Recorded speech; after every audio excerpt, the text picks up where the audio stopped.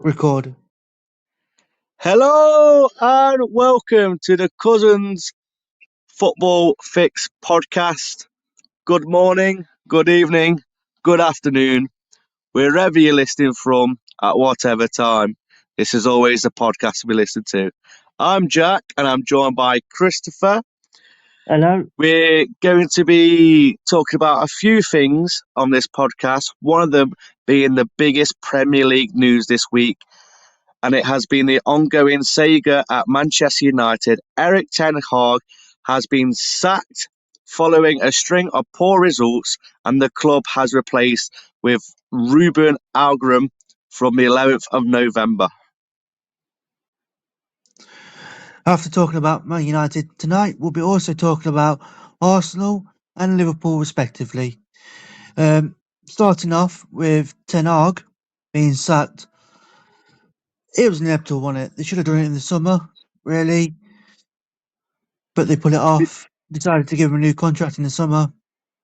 And then a few months in, they've had to bite the bullet to sack him after a string of poor results.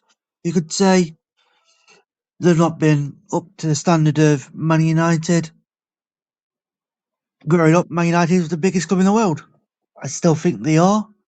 Currently, they're going through a blip. When will they come out of that blip? Who knows? Um, what do you think about the current situation, Jack? I think Ten Hag really should have been released from Man United following the end of last season. I think it was going down and down and down, and it was inevitable that he wasn't fit enough to do the job.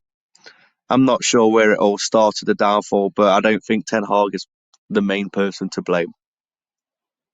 No, I do feel sorry for managers because I think managers are an scapegoat, as to say. If the club's not performing, then yeah, okay, the manager has to take some of the blame for it. They take some of the credit for when they're doing well. Um, but you pick your best 11 players each game to go play the football. Yes, they do represent you as a manager and how you see the game and how you want your team to play. I don't think in the 2 and a bit years under Ten Hag that we actually saw a style of play or anything similar to that. You look back to the Ajax team that got to the semi-finals of the Champions League against Tottenham. You knew what Ajax was all about. They had quality players. You knew how they played front to back. There's a style there. Was he able to bring that style over to Man United, do you think? I think I think he wasn't able to bring his style of play over to Man United, and I don't think he really had a clue in the transfer window this season either at the start of the season because of the players he brought in. He was panic buying. I think they wasn't a good enough fit for the squad. He got two centre backs, a striker, a right back, and a centre mid. Now, Man United are a solid squad. Well, they should be on paper. However, they're not putting that performance out onto the pitch.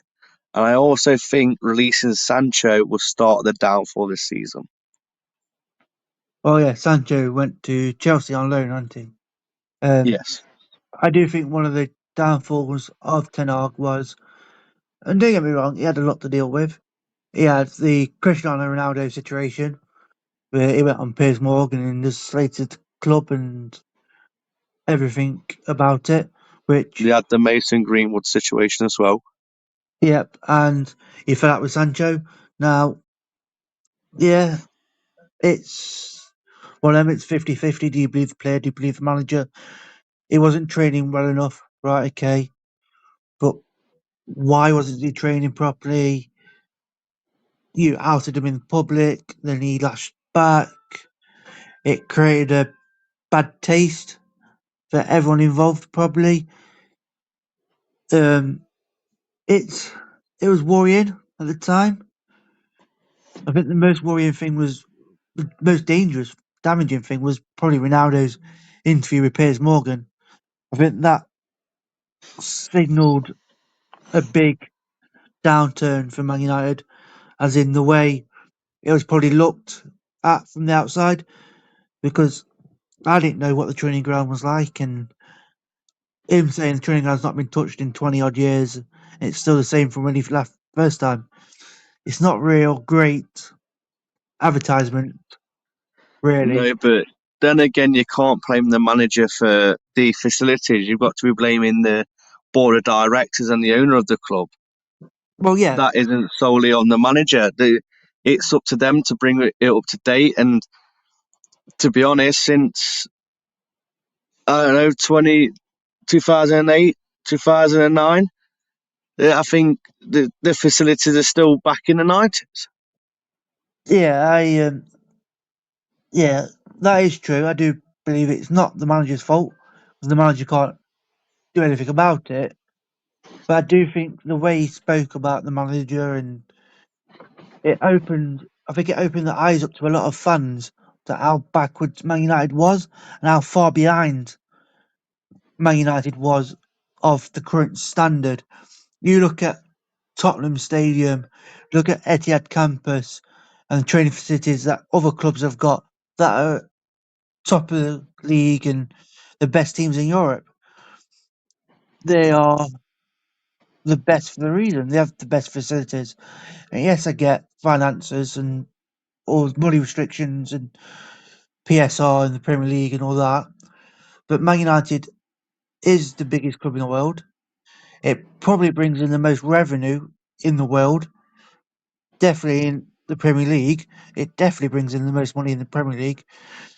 You look at pre-season tours when they go to Asia and that lot. They're queuing the streets to get a glimpse of them. So yeah, it's a big club. Ten Hag, was he out of his depth? The Dutch league isn't particularly the best league in Europe, is it? I would probably say it's definitely top 10, but you've got the big five, and then you've got the couple behind it, where the Portuguese league sixth, where Almiron is obviously currently with Sporting. So maybe Almiron will be better suited to the Premier League because he's got at least two other big clubs chasing him at Sporting with Benfica and Porto, where Ajax, you might only have PSV. If you're lucky, the odd season you might get Feyenoord, Challenger. So it's not the most competitive league.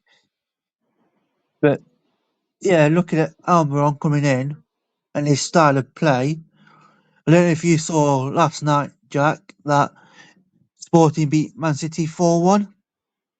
Yeah, I think Pep is shaking his boots that after that performance last night over one of the teams that is the biggest teams in the Premier League at the moment. I feel like Pep might be thinking, hang on a minute, let's look where we went wrong. Let's decide what we can do here to go against his style of play when we play them home and away, or maybe in cup games. Obviously, they won't get them in Champions League this year, but they've still got to play them in the league. Yeah. Um, and there was rumours with Pep's contract coming up at the end of the season, and they've changed their sporting director at City to the sporting director that was at Sporting. So there were rumours that Almiron was tipped to take over from Pep in the summer. I've also read that Almiron did ask Man United if he could start at the beginning of next season, sorry. And Man United flat out said it's now or never that you join the club. And I'm not being funny. Man United, come calling. You don't say no to a club like that, do you, Jack? No, I think there's some clubs that you just don't say no to, and Sporting he has been there for a while now. I think he's played like something like 121 games, and he's only lost 27 and drawn 28. So he is a massive figure for the fans and the club at Sporting. But I do think you've got to take your chance. And if there's a club out there that's wanting you and reached out to you, and they're more publicly known worldwide, they've got more backing, more financial backing, I think you've got to take it. I saw a picture in the week. I don't think I've shared it with you, but it was when Amron was playing for Braga in a European competition. I can't remember which one it was, and it was at Old Trafford. And the picture is him and Johnny Evans playing for Man United at the time. And it's just funny to think that all these years later, he'll be coaching Johnny Evans at Man United.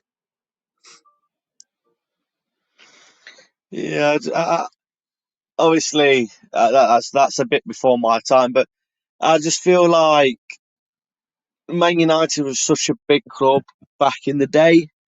Obviously, we're not talking 50, 60 years. We're really talking 10, maybe 15 years ago that there was such a big club and there was a threat in the league. Whereas now they're just turning out under these new managements like, I don't know, the biggest downfall.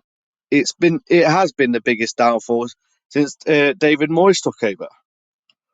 Yeah, They've had yeah, Mourinho. They won the European League and the League Cup, and then they yeah, had Ole Gunnar and Ralph Rangnick, sorry, and it then led to Ten Hag. I don't think Ten Hag is to blame. I think you're looking 2015ish that it started to take a downfall. yeah. David Moyes took over 10 years ago. Funny enough, 10 years ago was when Sir Alex left. It was the 13-14 season. It was David Moyes' first season. I don't think he was a bad coach. He's obviously gone on to win the Europa League with West Ham a couple of years ago. So he's proven he can win trophies given time. But yeah, as you were saying, previous managers, you've got David Moyes, Louis Van Gaal, who won the FA Cup and was sacked after finishing fifth in the league. Mourinho, everyone knows about Jose Mourinho, one of the best coaches around. Honestly, Yeah, I mean, he's won Champions League galore with a few clubs, hasn't he? yeah, and he's like, going back to Louis Van Gaal, where you just said he was sacked after finishing fifth in the Premier League. Now that's expected for Man United. That they're lucky to get up to fifth. Well, yeah, Look at last season. If they're still going back off the, I don't know how to word it, the successfulness of Sir Alex Ferguson, they've said fifth isn't good enough. So why now Man United is currently sat mid-table? well, they're not mid-table, are they? They're bottom half, aren't they? Comfortably at the minute. They're closer to the relegation zones than they are to any European qualification. But yeah, after Marino, he won the Europa League and the League Cup. Um, but then was dismissed after a poor run of form. And then you get Solskjaer brought in as caretaker, beat PSG in that game, and then was appointed permanently. But once again, he was sacked after a poor run of results. He'd gone through COVID, that weird phase of football. Was sacked. Yeah, behind closed doors and no Yeah, fan. And yeah, it no, was it was a very strange time. COVID was for football, yeah, especially for the likes of Liverpool, who was on track to win the league, and the season just got cancelled like yeah. it never existed. They still won the league. It was delayed one. They pushed it back. And then they brought Ralph Rangnick in, who is currently at Austria, um, as their head coach. He was brought in as interim to see him out for that season before Ten Hag came in, and was told that he could be director of football, and made all these promises to him that it would be you're already in charge for 6 months, and then you move upstairs. At the end of that, they just decided to get rid of him because they just didn't do the job. Ten Hag then came in, and fair enough to Ten Hag, he's won 2 cups. He won the Carabao Cup and the FA Cup last season, beating Man City in the final, which was probably his best game in charge, to be honest. Yeah, I mean, I remember watching the game, and it was a very interesting game, and he did manage his squad well. It's just what has happened. It could have been something that happened on a training pitch, or something in the locker room, or it could be anything that has created this massive upset for him just not to be backed by the players anymore. Yeah, it does feel a bit like the players are giving up and they don't run. And I've watched United on and off for years, and they just don't run. They don't. It's the lack of effort to be that they don't give. And I'm not saying the players don't care, because surely to God, all players care about playing football. You play football to win games. That's why you started playing football, for the love of it.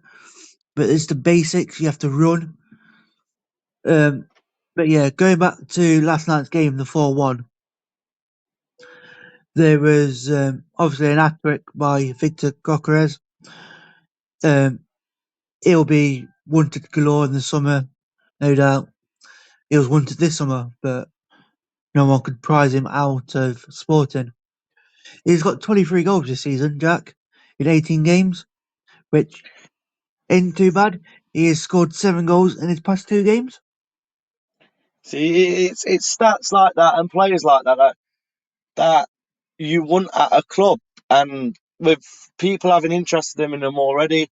Do you reckon, as Amorim is taking over United, do you see him coming over to the English club this season? Well, that's the conversation that and the rumours that have been going on, haven't they, in Jan, that Gokres could be coming over. Um, there's probably a couple of players he'd want to bring. I like their one of their defenders, Dembele. He's a decent defender, brilliant defender, really young, great potential. Is 6'2", 6'3", quite dominating in the air, and probably could marshal that back three pretty well. If you think of United, they've got 3 decent centre backs, I'd say. You've got Martinez that'll play on the left because he's left footed. You've got De Ligt probably through the middle, and when that Leniaro is fit after his injury that he gained in pre-season, he'd probably sit at the right centre back. So I think in the summer transfer window that you alluded to, they brought 2 centre backs in. They were looking at Braithwaite from Everton. He's left footed as well. Maybe they go revisit that in the summer. Maybe 'cause he's another player that's over 6 foot and has got the height to dominate. Maybe they go that way if he wants to play his free. So the but who's to say he's going to play his formation and his system? Is he going to try and make a system to work for United? Do you think that's a way he could go, or do you actually think his system now is going to work for United? I mean, looking at his system, it's clearly worked out well so far this season. I mean, they've played 10 games, they've won 10. They've scored 35 goals and they've conceded 3 goals. So their system of this tiki-taka, old school Spanish international team kind of play is working for Sporting. But you do ask a good question and you do bring it up, will it work at United? Now, we don't know this for sure. However, it's one of them situations where a manager's going to a club where he can't choose his team, he can't bring his own players. So he's got to sort of experiment with the players and onto the training pitch, in the training ground, day in day out. He's got to bring in this new style of play that they wouldn't have played for a couple of seasons. Really, they're going for long balls. They're not really running. They just pass it round the back. I think United should try and learn his style of play. However, I don't think he would be able to push it onto the players that are at the club. No, and my other train of thought is really that do you give him January to bring some players in, or do you tell him shop shut, you've got what you've got, work with it, so you can see what we've got in house going into the summer, and you've got a better opinion to what we have, so you can go into the market and then see what you need and attract the players. Because I think if they go into the market in January, I don't know how they are for PSR. Could they break that if they start going out buying? I don't know. I know they were close last year. Yeah, it's one of them really. I wouldn't be buying new players. I'd let them work with what we've got in house. Well, Really, what do you it's think? funny you say that because football is a business, and at the end of the day, they want to make money. That's what these owners are doing. Owners in the Premier League, especially, they're not there for the fans; they're there for the money. So I think they should. I think they would honestly. I think they would turn around and go, look, shop shut. These are your players. Deal with it. Go again in the summer. But if they want to start, I mean, FA Cup round, third round starts in the new year. Why can't they bring in some players, some young players, even if it's on loan or some free agents? They've got the scouting ability there for them to go, right, this lad from this Turkish league, Division 3, he can come to us, free agent, or bring him in on loan, pay him £2,000 a month, some, I don't know, short term loan with a promise to buy if they win the FA Cup or get through to the final. I think Yeah, there's ways to get around the financial fair play by doing that kind of stuff, but do Man United want to end up with a 40-man squad? a bit like Chelsea, really. Yeah, a bit like Yeah, Chelsea and Forest last season. yeah, I see what you mean. Personally, they've got a big enough youth academy and youth team to do that.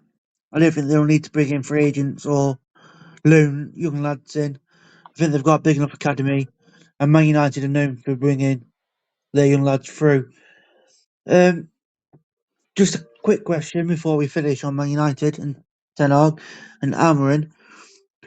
This season, it's been a bad season for them so far. They are definitely bottom half of the table, closer to relegation than they are. They currently sit 13th with 12 points after 10 games. Where do you believe they will finish? I still think they can get 4th to 8th, personally. I think the top three at the end of the season will be Liverpool, Man City, and Arsenal in whatever combination. But I do believe United have now got to fight off Chelsea, Tottenham, Villa, Brighton, potentially for European places. It's going to be a hard slug. They're what 4 points behind Tottenham at the minute. I know there's lots of games. There's still a lot of games to go. There's 28, but I do think there's a lot to make up. Where do you think, Jack, that they can finish this season? Well, to be honest with you, I think it's going to be difficult. But if he can get some players in over January in the winter transfer market, I've got a feeling he can get up there to possibly fifth, at least into Europe. I mean, like you've said, they've got 28 games left. We're still early doors. We're they're only 6 points behind Arsenal, and they're currently sitting in fifth. Like you say, like you know yourself and the listeners will be knowing. December teams drop after December. You get teams that all across the English League, the EPL, National League, EFL, everywhere. They all start to drop after winter. So I think your likes of Chelsea. I mean, Chelsea are doing well at the minute. Oh, and Forest, I think Forest is going to drop drastically. I think they're just in a glory state at the minute. But yeah, I believe they can get Europe, just missing out by a point, if that. Yeah, so a quick look at what I'd put as his formation before we finish and move on to Liverpool and Arsenal. So, would we agree that Onana would start in goal? Yes, however, I do think a new keeper is needed after the past couple of games and the back end of last season. Okay, so I've got a back three of Martinez, De Ligt, and Yoro when Yoro's fit. Yeah, I agree with that. So then the four in midfield. So on the left wing, I've got Mazraoui, Ugarte, Manu, and Delot. But Ugarte was at Sporting with Almiron before he got sold to PSG for 60, 70, maybe 80 million. Can't quite remember. Do you think that would be the best two midfielders in Ugarte and Manu, using Dilot as a right wing back and Mazraoui as left wing back? Bearing in mind they haven't got a full left sided defender, as in Luke Shaw and Malacia haven't been fit for the last year, really. I believe Ugarte he is a quality player, and I think under Ten Hag he wasn't reaching his potential. And Mainu, we saw in the Euros for England, he came out of his shell and he was a quality player. He did play well in the Euros. He got a couple of saves. I can't remember exactly how many goals, but I remember he got a few goals. And he was a key player in that squad, so I believe he's a key player in the Man United squad as well. And then, as a front three to say, I've got Bruno Fernandes one side with Garnacho the other, and Oyland through the middle, which obviously means Rashford doesn't make the starting 11. What do you think about that? You see, Rashford, I don't really rate Rashford as a player. I think he's cocky, he's a show off, is I've got money, let me throw it in your face. He has a strop. He believes he's the best player on that pitch, and I think sometime the bench will do him some good. So, do you agree with the front three of Bruno Fernandes, Hoyland, and Garnacho? Yes, I do. I think with Sancho going on loan, it's uh, it's not the best. I think when he comes back, he'll be taking on Garnacho's place any day of the week.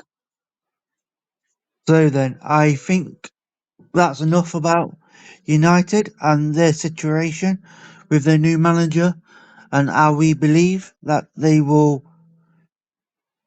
play and get on in the coming up season. So moving on to Liverpool, I mean, Salah's contract is uncertain. Mohamed Salah's future at Liverpool remains in the dark as the Egyptian forward has reportedly shit.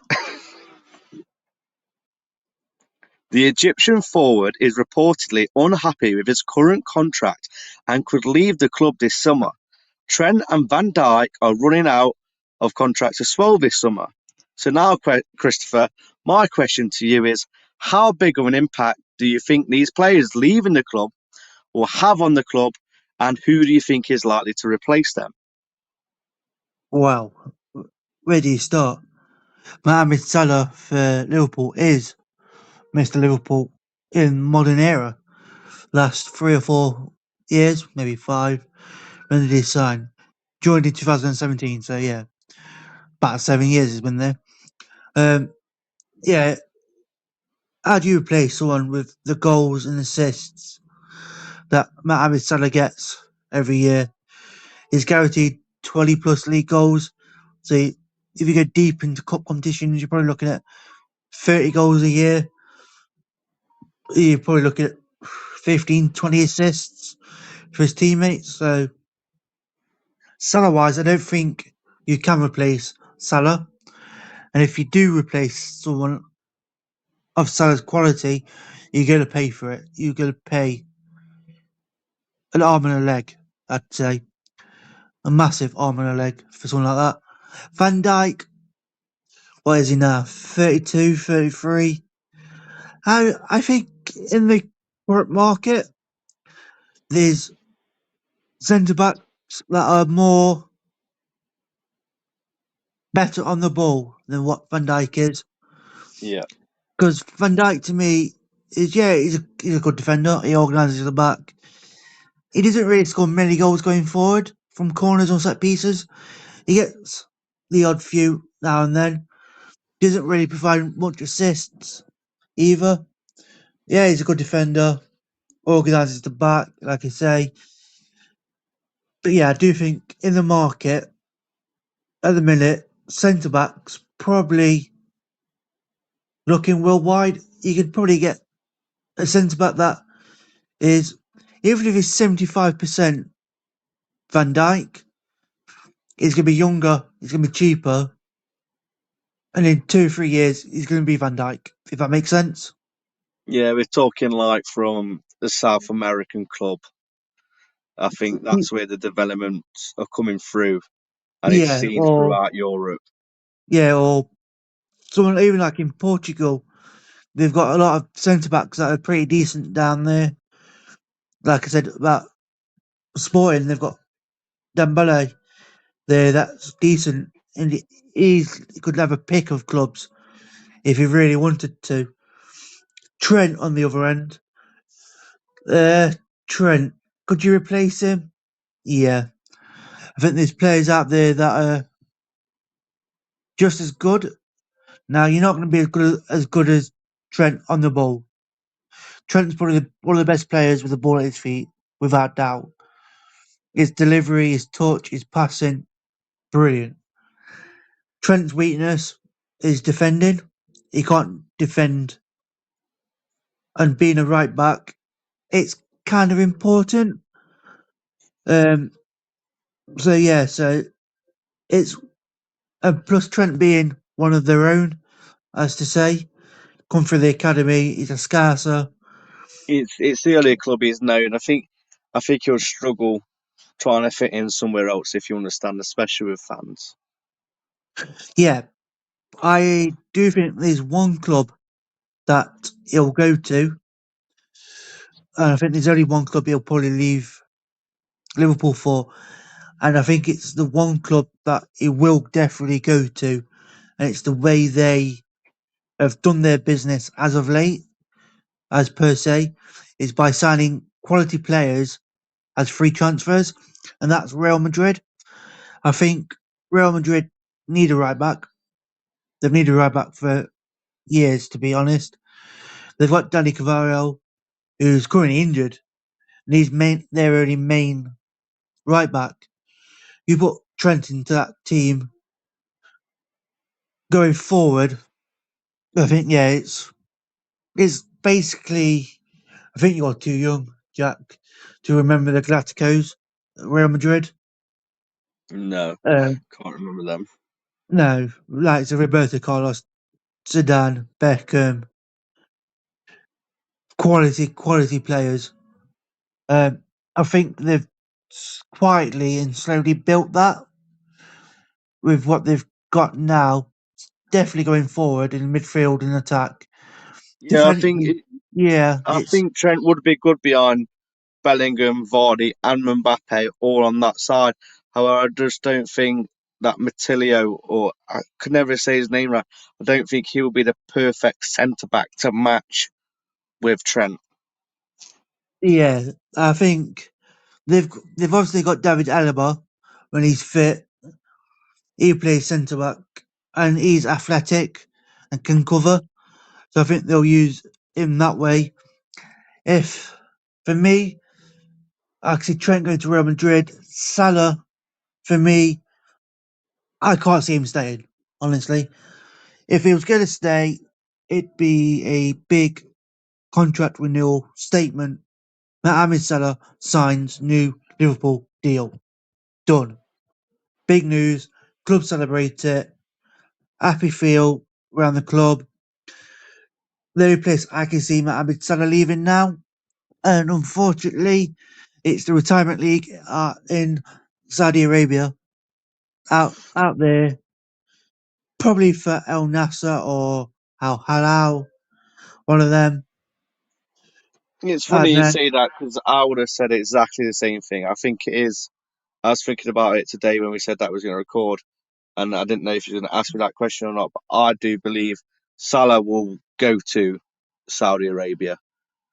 yeah, and then for me, I can see Van Dijk signing because I don't think there's that much interest in Van Dijk being age 32, 33, unless he goes to Saudi Arabia too, which I could see, but I don't think he would because I don't think he's that kind of player to go out there for the money. You look at Jordan Henderson last year, went out there 6 months and come back to Europe. He didn't get paid, so he says. But yeah, I do think Van Dijk, out of all of them, out of the three of them, definitely stays. While we're still on Liverpool, can I ask you another question? Yeah, Uh, do you think the departure of Klopp has contributed to the uncertainty of players' contracts and their feelings towards the club and the management? personally, no, because the thing towards the club, it's not like they've sacked him, have they? They've not sacked Klopp and got rid of him. So towards the club, I don't think there's bad feelings there. I think it's natural for a player to get into the last year of the deal and to kind of like look what might be out there. But I think it's natural for players when a new manager comes in and a new coaching team to kind of wait it out a little bit to see what happens. Klopp's a massive character and was Mr. Liverpool, took on Pep, won the league, won the Champions League. Could you, here's a question for you, Jack, could you see Klopp being Liverpool's version of Sir Alex Ferguson? And I know Arnie Slot's come into a better squad that David Moyes took over, but could this be a downturn for Liverpool after such a big manager? Well, I think Klopp's been there for years upon years. He's practically part of their trophy cabinet. I mean, look at the success he brought to the club. So yes, we are going to see for a few seasons that there is going to be a downturn in Liverpool as a football club and a team just because of the character he was, the success he gave them. But like you just said, he has left a good squad behind, and they are currently sitting in first. Yeah, I think going back to a bit of Man United right now, I can remember when Sir Alex Ferguson left. That squad he left wasn't a title winning squad. He got the maximum out of that squad. There's a lot of aging players in that squad, a lot of players that were improved by Sir Alex and got that energy off Sir Alex, if you know what I mean. And I think Klopp is kind of that person. But like you say, Liverpool are top of the league. They've got the best defensive record in the league at the minute. But that's because they didn't bring anyone in the summer. So they've got the same squad that Klopp had last year, which isn't a bad squad. The only question is going forward, if you lose two of the three, how does the club replace them going forward? It's going to be difficult, and it goes back to again. I mean, they're not going to go out and spend 165 million pounds on a player. They're going to go looking for the. It's not going to sound a lot, but it is a lot. They're going to be looking for, I don't know, 40 million, 43 million. We'll take them from someone from like Feyenoord or we're going to, or we'll go to, I don't know, Bayern Munich and buy their right back. They're going to go to the big clubs and spend as little money as possible because Liverpool aren't a really big spending club. I mean, look at Mo Salah. He came from Chelsea. He was a Chelsea reject, and now he's one of the best players in the world today. Look at the successes, Yeah, I think and I think that's all down to Jurgen and his point of training and his belief in the players and the club. yeah, I think your term of Chelsea reject, there's a few of them that are floating around that could be deemed definitely not failures. One at Man City, Kevin De Bruyne. Maybe that's Yeah, another topic for another episode, looking at Chelsea's past and the players that have gone on to be better. We might be able to put that in the bank. Right, Jack, I want to move on to Arsenal right now. Um, yeah, they've had 2 years of chasing the league and coming up short. They've come into the third season this year. They've spent a bit of money this season. They've spent 91 million this summer net spend. oh god, that's big noise, big bucks, isn't it? That is. Well, it's net spend that is. So they've spent more than that, but after bringing in what they've brought in, it's still a spending of 91 million. So they've brought in a couple of players. David Raya was obviously his loan was made permanent from last year, who I can't argue with. Is probably at the minute the best keeper in the league. Alisson's out injured. Edison's hit and miss. And then they brought in Calafori from Italy, who is plays left back, left centre back, left footed. We saw in the Euros he's pretty decent. Arsenal at the minute struggling. They've had an up and down start to the season, but in all fairness, they've had key injuries. Saka's missed a few games. Odegaard currently tonight, as we're recording it, is back in the matchday squad. I've seen for the game in Europe, so that's a positive. And Tomiyasu is currently out injured. But yeah, Jack, their suspensions in the league a bit silly, aren't they? It, it, they've been handed silly red cards with key players like Rice against Brighton when they was at home. They drew 1-1.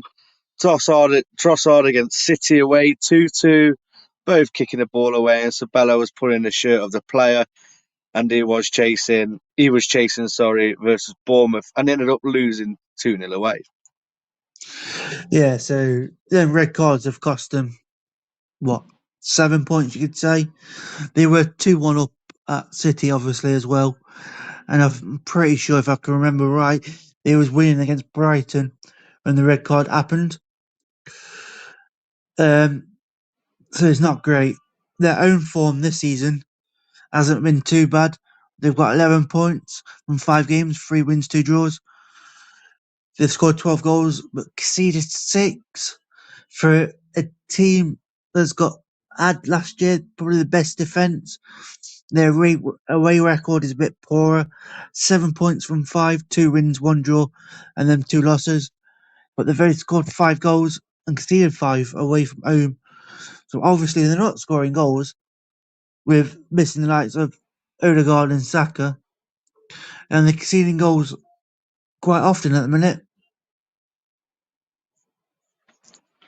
Yeah, the Arsenal's one of them teams where they can do so well and so well and so well, but they're not recycling the players. They're playing the same squad almost every. They've got the same starting 11 almost every game, and when they're getting these injuries, they haven't got the experience on the bench with playing in that squad for them to go, come on, mate, you're on. You played in the squad. You could do well. It's always the same players and it's the same mistakes. and it's the same silly mistakes at the back that hence why they're not doing so well so far. Do you think the injuries to key players, compromised by the red cards, has damaged their squad as much out of the top three, said best three clubs in the Premier League, Man City, Liverpool, and Arsenal? Uh, who has the best squad? Do you think on paper? On paper, I honestly think that City have the best squad. Will Only due to the fact that they've got money behind them, and if Man City's just got money's no object.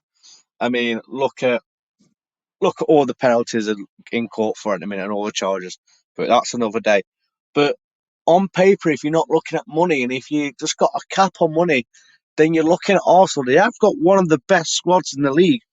I mean, 3 seasons now, Arteta's gone for the to win the league, and he's just missing out on little points.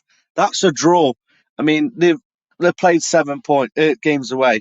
They've only had 2 wins. What if they could have got another point out at one of them games, or if they didn't get the silly red card? The chances can happen where that point might just put you up above City. But I don't think there's any chasing Liverpool down this season. so what happens to Arteta then if for the third season in a row they can't win the league? He's been there what 5 years?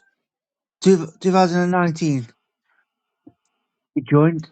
I think Does do they look uh, at a different manager or do they keep the faith and go again by pumping another 100 million into the squad? Because I don't think Arsenal's squad is the best.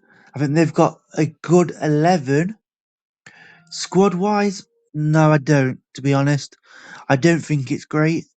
I think I probably think United squad is probably better than Arsenal squad. Not 11, just the squad. Um, Chelsea's squad is definitely better than Arsenal's. I think they've got more depth as they've got two different squads at the minute, one for Europe, one for the league. But yeah, I don't think. Do they keep Arteta? What do you reckon, Jack? I think Arteta is a very big personality and it is a role model towards the young players that come in, like the likes of Saka. I think he's played for Arsenal.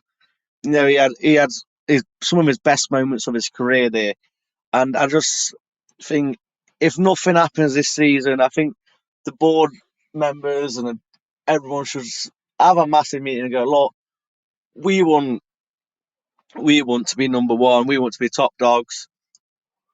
What do you need to help us? And he might turn around and go, I might need an extra couple of million on wages, or I might need a bit more in the budget, or I might need some facilities upgrading. You know, I think he will have another crack at it, and I think if he doesn't win the 25-26 season, I think that's game over, lights out for Arteta. Yeah, my only problem is I don't see who can come in. I don't see what managers are out there that can come in. There's not many top managers around. I think Man United have got the best one out there, personally, of up and coming managers. I don't know for sure because I don't really watch a lot of European football. Yeah. Really, the only other manager out there that I know of that is out of work is Xavi. He got sacked by Barcelona in the summer. Do you go that way? Do you try and get him to bring in the Barcelona way of playing? I don't know. I'm not 100% sure, to be honest, Jack. But yeah, So with you going on about the squad, yeah, and saying like they've got the best starting 11. Now one of them players in the starting 11 is Declan Rice. yeah. How do you feel of him being in the squad, but so far this season not having an assist or a goal?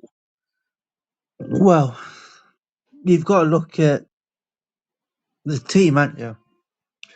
So for me, Arsenal's best player and the most influential player would be Odegaard. They've missed him for a couple of months. He got injured on international duty in Norway. I think in September. He played a few games and that was it. I think they're missing Odegaard from midfield. Definitely. I think Odegaard back in there with Rice, I think it gives that freedom to both players. I think if Rice goes, Odegaard kind of sits a little bit deeper, or they both can go and they play Partey deeper. But I know at the weekend against Newcastle, Thomas Partey played right back because they've got no defenders. They had Saliba injured, Calafiori's not fit, Tommy Asso, obviously the right back, isn't injured. So they've got injuries. They're struggling defensively. I think once you are struggling defensively, I think that's it. Declan Rice, you have to sit deeper to kind of like sweep and help your defence out a bit more. And then you obviously lose him his In attacking presence that midfield. we saw. Yeah, the attacking presence that we saw end last season where he was scoring goals and getting the assist. Right, Jack, I think that's enough for the The big Arsenal. news. The big news this week. I think it's time for weekend catch up. Yeah, so obviously this weekend in the Premier League we had Newcastle winning 1-0 at home against Arsenal. See, there's Arsenal again losing. We had Bournemouth winning 2-1 against Manchester City, one of the biggest upsets so far this season. Liverpool unexpectedly win against Brighton 2-1. Tottenham a massive 4-1 against Villa at home. United drew 1-1 with Chelsea. Ipswich also drew 1-1 with Leicester. Forest 3-0 against West Ham. 3 goals for the amount of positions they are in the Premier League. Southampton 1-0 against Everton. Wolves 2-2. Wolves still unsuccessful of winning a game. And Fulham won 2-1 against Brentford at home. Yeah, so there was a few shocks, quite a few goals around. I watched the Tottenham game at the weekend. First half, all Villa. Second half, all Spurs. About as much as you need to know about that game, really. Tottenham played well second half. They deserved the goals. Villa kind of shut shop up and turned off, basically. And that's where they got the goals. Liverpool come from behind to beat Brighton. Man City struggling for players. Their injury hit. Ipswich was 1-0 up before they got their red card to Calvin Phillips. There was 2 yellow cards. Yeah, they were deserved. I've seen them. A player of Calvin Phillips' experience should know better. Forest 3-0. Forest keeps scoring goals. For me, Chris Wood keeps scoring from at FPL. Happy days. But another red card there in that game, West Ham. Once again, 2 yellow cards. Yeah, I think even if he didn't have the first yellow, I think that challenge, sorry, was just abysmal. It could have ended the player's career. So I think it should have been a straight red anyway, even without the first yellow card. My only issue with the yellows was he got booked on the 39th minute for his first one, and in stoppage time in the first half for his second. So close together. Normally, once you get booked on your yellow, you know you're on on a Yeah, yellow. it's like the He kind of, discipline isn't there. yeah. Um, yeah, so I'm guessing you're saying both red cards were deserved then. Yeah, 100%. Especially, I watched the Forest one because obviously, we're being Nottingham boys. We don't support Forest, but it's just a huge thing that everyone's been on about. So I just thought I'd watch the highlights on Match of the Day.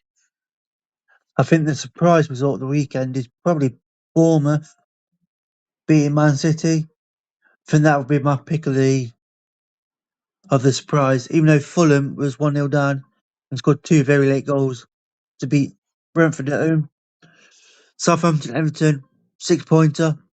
I'm surprised Southampton got the win there. I'd have personally gone for a draw. But yeah, there's a few goals around, not much really to talk about. Anything else you want to talk about from the weekend? Just obviously Nottingham Forest. They only got promoted. What is it? 3 seasons ago now. They're in the third season of the Premier League.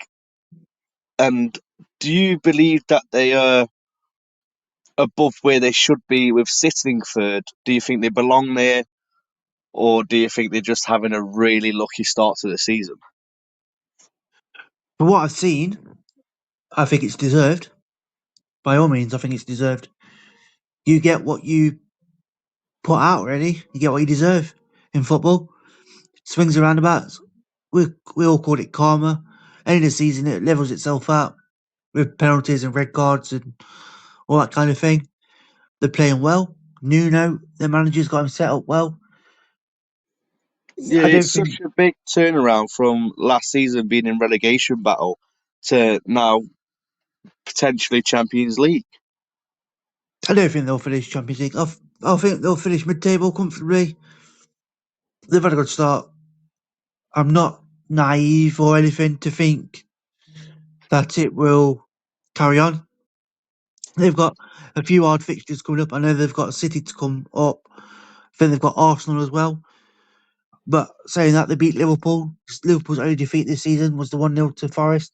I think Nuno's got him set up perfectly as the counter-attacking team, even Yeah, and to against beat Liverpool at Anfield is tricky for big teams like look at Barcelona a couple of years ago in the Champions League. It is very tricky to beat Liverpool at Anfield. yeah, I think if you can remember Nuno being at Wolves Yes, a I few can. years ago, I think they played well. They just missed out on Europe or got Europe. Can't quite remember, but he played them quite well and got him playing. I think he's done the same with Forest, to be honest.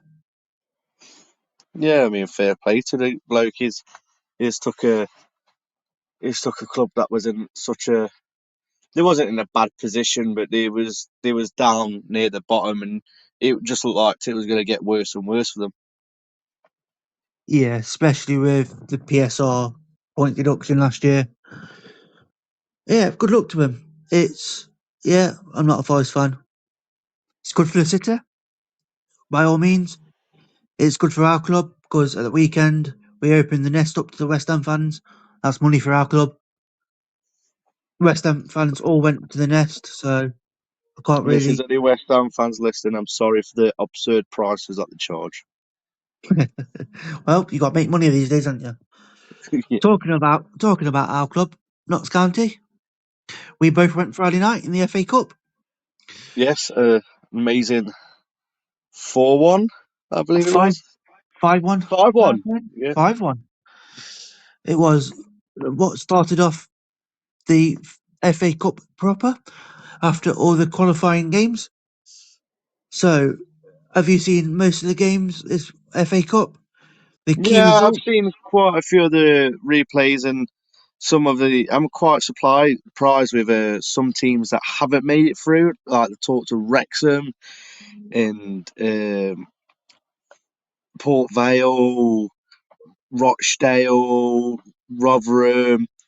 Some big clubs that used to be big, let's say. It was quite shocking. And then you got some like Gainsborough Town, and it's there's a mix. There is a mixed group that got through, and obviously for the non-league clubs, it's a massive win. It's like their Wembley, so it'll be interesting to see what happens at the end of the month.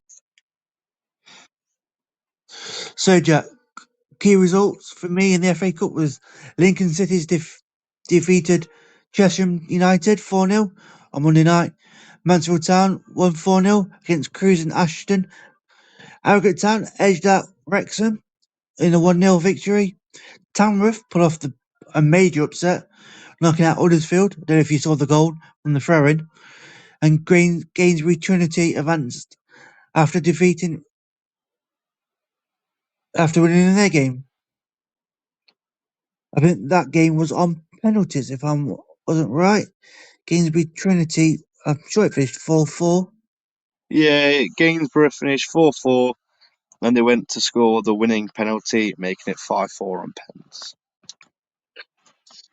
And that was a non-league tie, that was. So, 4 ties went to penalties. Talking about penalties then. And 7 ties went to extra time. After this season, they've scrapped replays, which I don't agree with. But No, I think that's for another. non-league clubs especially. Yeah. I don't mind it from round 3, where the big boys come in. I think round 1, 2, maybe round 3. So at least the lower league clubs could get a replay, maybe get a big team at home, but it is what it is. Did you know, Jack, that the money for the FA Cup isn't a lot? I thought it So, was quite a bit. so for round 1, if you won, it's only £45,000. Take it in my back pocket. Well, we would, yes, but for some clubs, it's not a drop in the ocean. I suppose if you lose, it's 15,000. Round 2, 75,000 for winning, 20,000 for losing. Third round, it's 115,000 for winning and 25,000 for losing. I suppose if you get to the third round, what are you looking at? Best part of $250,000. It's a big jump, a hell of a big jump. I think it's a lot for most League One, definitely League Two clubs, and obviously National League. It's make or break potentially for them. So, Yeah. Jack, for me, what are your 5 key games from the first round of the FA Cup? I mean, Barnsley's victory. Barnsley secured a 3-1 win against Port Vale. Mark Roberts' goal was cancelled out, but Davis, Dunn, and Adam Phillips' goals assured Barnsley's progression. The team was solid and professional, and they had an amazing performance, and it was a highlight. Bristol Rovers drama. Bristol Rovers had a dramatic match against West Ham Stupamere, which went to extra time. Connor Taylor's 95th minute header and Grant Ward's late goal secured them the 3-1 victory over the Rovers. For the Rovers. Doncaster, on the other hand, their win. Doncaster Rovers won 1-0 against Barrow. The substitute Patrick Kelly scored the decisive goal, showcasing the team's resilience and ability to find a way up to a win. Hopefully they're not like that on Saturday when we play them, however. Kettering Town's upset. Kettering Town got knocked out by League One side Northampton Town with a 2-0 win. This victory is a significant achievement for the 7th tier club. Harrogate Town also continued their FA Cup journey back by defeating Gainsborough.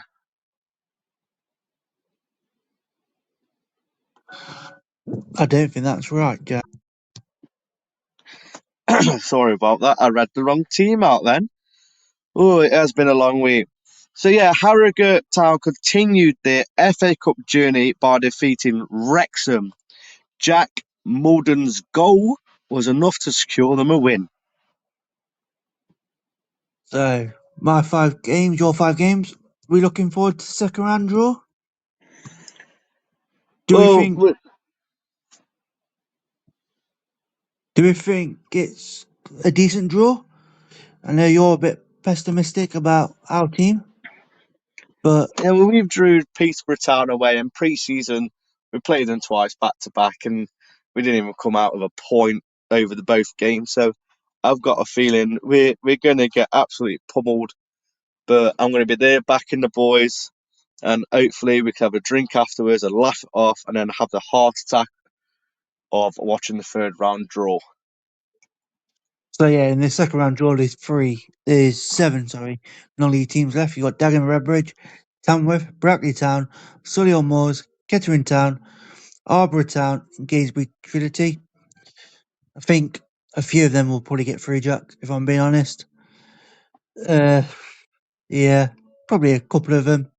There's a few good ties there, but time will tell. I think that them games will be played on the 28th, 29th, and the 30th of this month.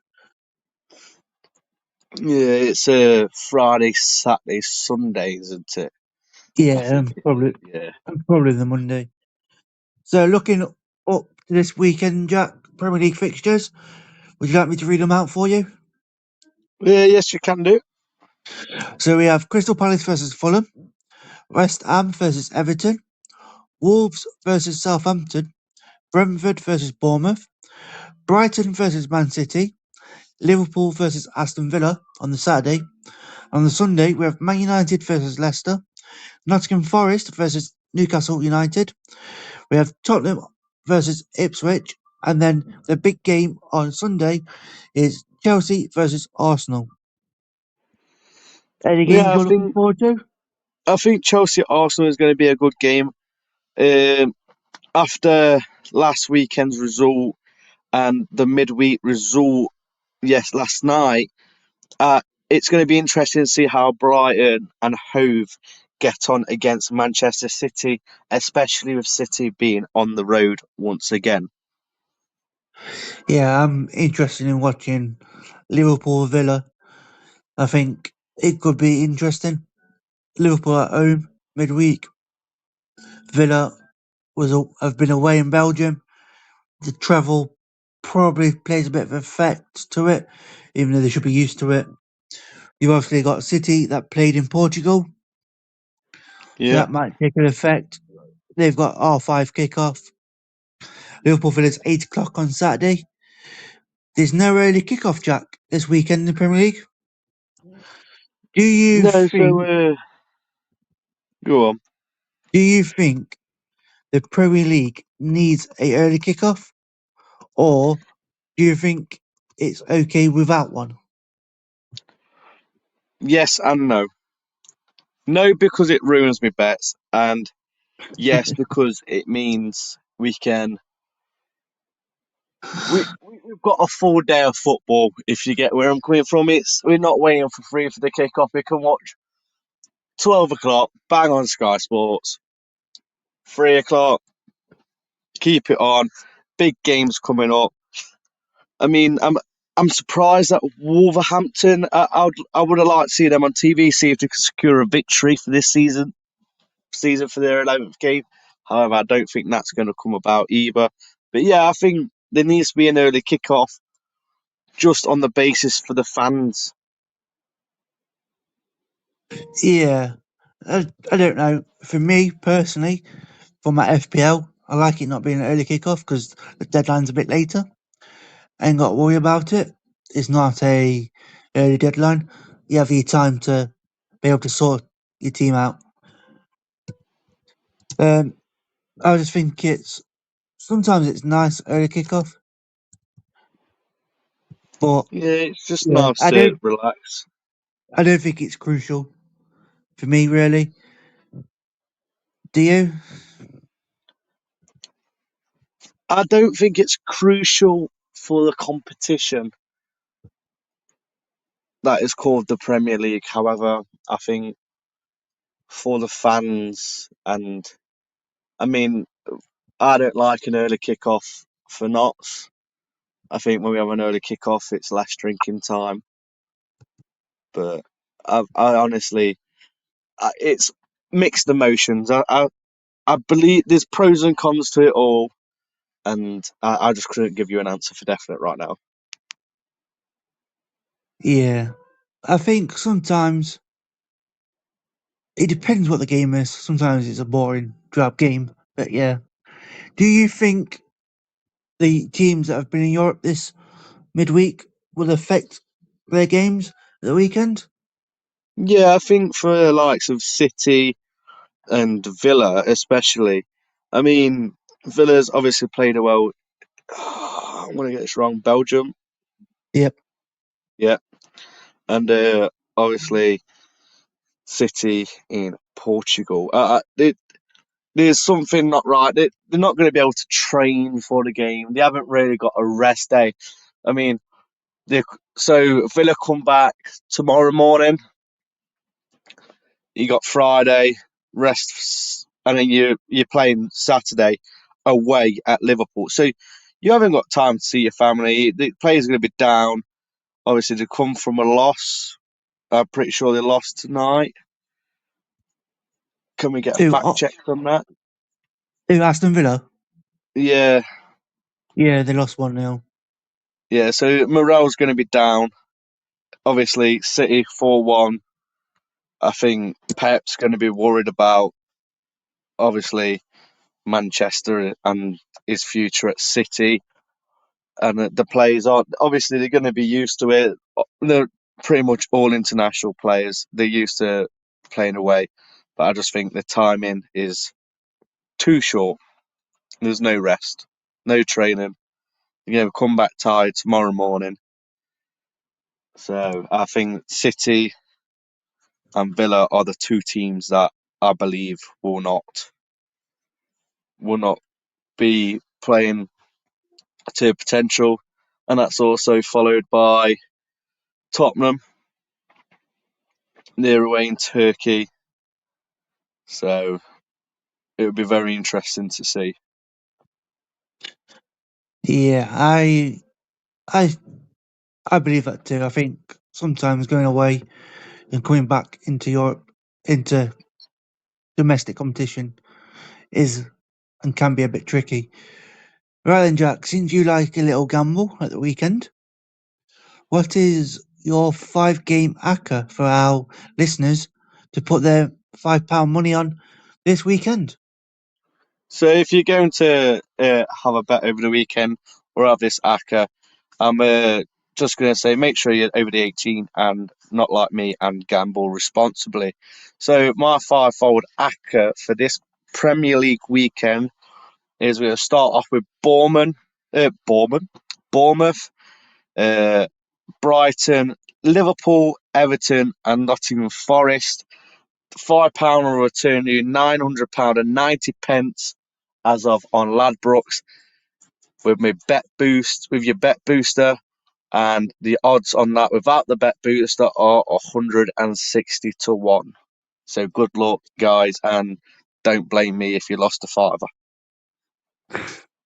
Good luck, listeners. You'll definitely need it with the way he bets.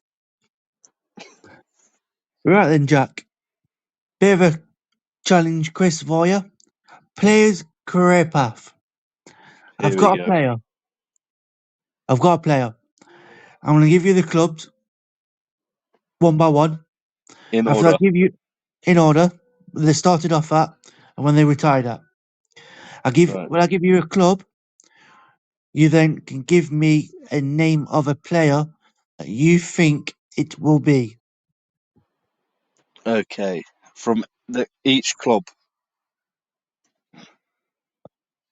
Yeah, so I'll give you the first club, and you name me a player that you think it could be. Okay. And then when I give you the second club, where they went to second, you need to give me a player that's played for both clubs. Does that make sense? Yes. Here we go. This is going to be dreadful. Are you ready? No. So, the first club, Jack, is Liverpool. What year is it? So, it's the years it was at Liverpool is 1996 to 2004. Oh my God. I would have been 2 when he left Liverpool. I haven't got a Scooby Doo. Do you want to throw a name out? I'm just gonna go with Gerard. I know it's wrong, but top of my head. Unfortunately, Jack, that's incorrect. What a shock. Next club is from 2004 to 2005, Right. and that is Real Madrid. Liverpool to Real Madrid. I've got a. It's like I would have been 2-3 in this situation. You would have been probably Old. about 70 odd. Thanks, mate. Yeah. Appreciate it. I have a clue. No.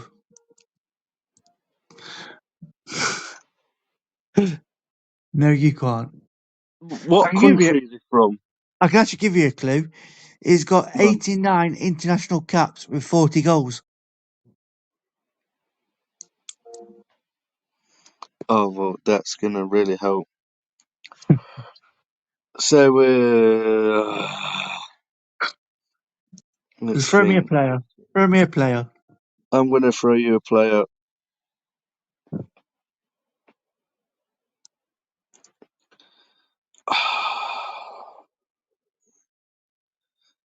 Let's go with Roberto Carlos. Incorrect, my friend. Incorrect. So, after leaving Real Madrid in 2005, he then joined Newcastle United until 2009. Is it Michael Owen? It is correct. Well done. Well done. But then when he left Newcastle United, where did he go? Oh, now you're asking. Did he go to Manchester United? Yep. Where do you think he retired off at? He retired. I know this one because believe it or not, this is when I was old enough to watch TV. Oh, He played at Stoke City, and I remember. I'm pretty sure he only appeared 8 times, correct. Yeah, he did. and it's Well only done. because that was on the pub quiz at the weekend. Well done, my friend. Well done. Well, that's it for now, guys. Thank you so much for listening. I do hope you have enjoyed this first episode, and I hope you come back again for the next week's episode. I will tell you the title, but I don't even think we've got it anymore. But a big thank you from me, and Christopher, would you like to say thank you and goodbye? A big thank you from me too. See you next week. Bye bye. Bye.